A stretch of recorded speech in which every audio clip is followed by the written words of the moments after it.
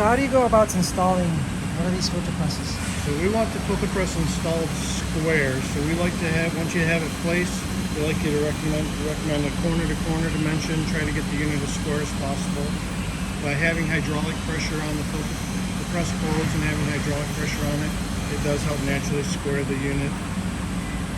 We like the head legs bolted down tight to the anchor bolts in the leg pad.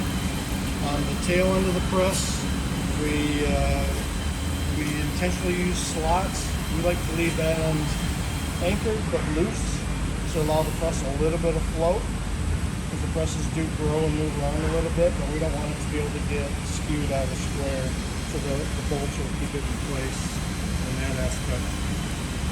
From there, once you got it anchored down, then you hook up your piping connections, your slurry section and pre-coat to your pump. You hook up your pre-coat return, your filtrate return, wherever you're going with that, to your tanks or receiving vessel for that. You hook air up for your pump. This is an air blow valve that normally goes here. You hook air or compressed nitrogen to that for blowing down your filter cake at the end of the run. And then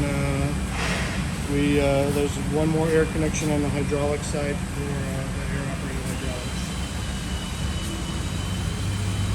And that's it. There would be one additional air connection if you order a plate shifter. Usually the smaller presses don't have the plate shifters. 800 millimeter press will probably have a plate shifter. That's about it.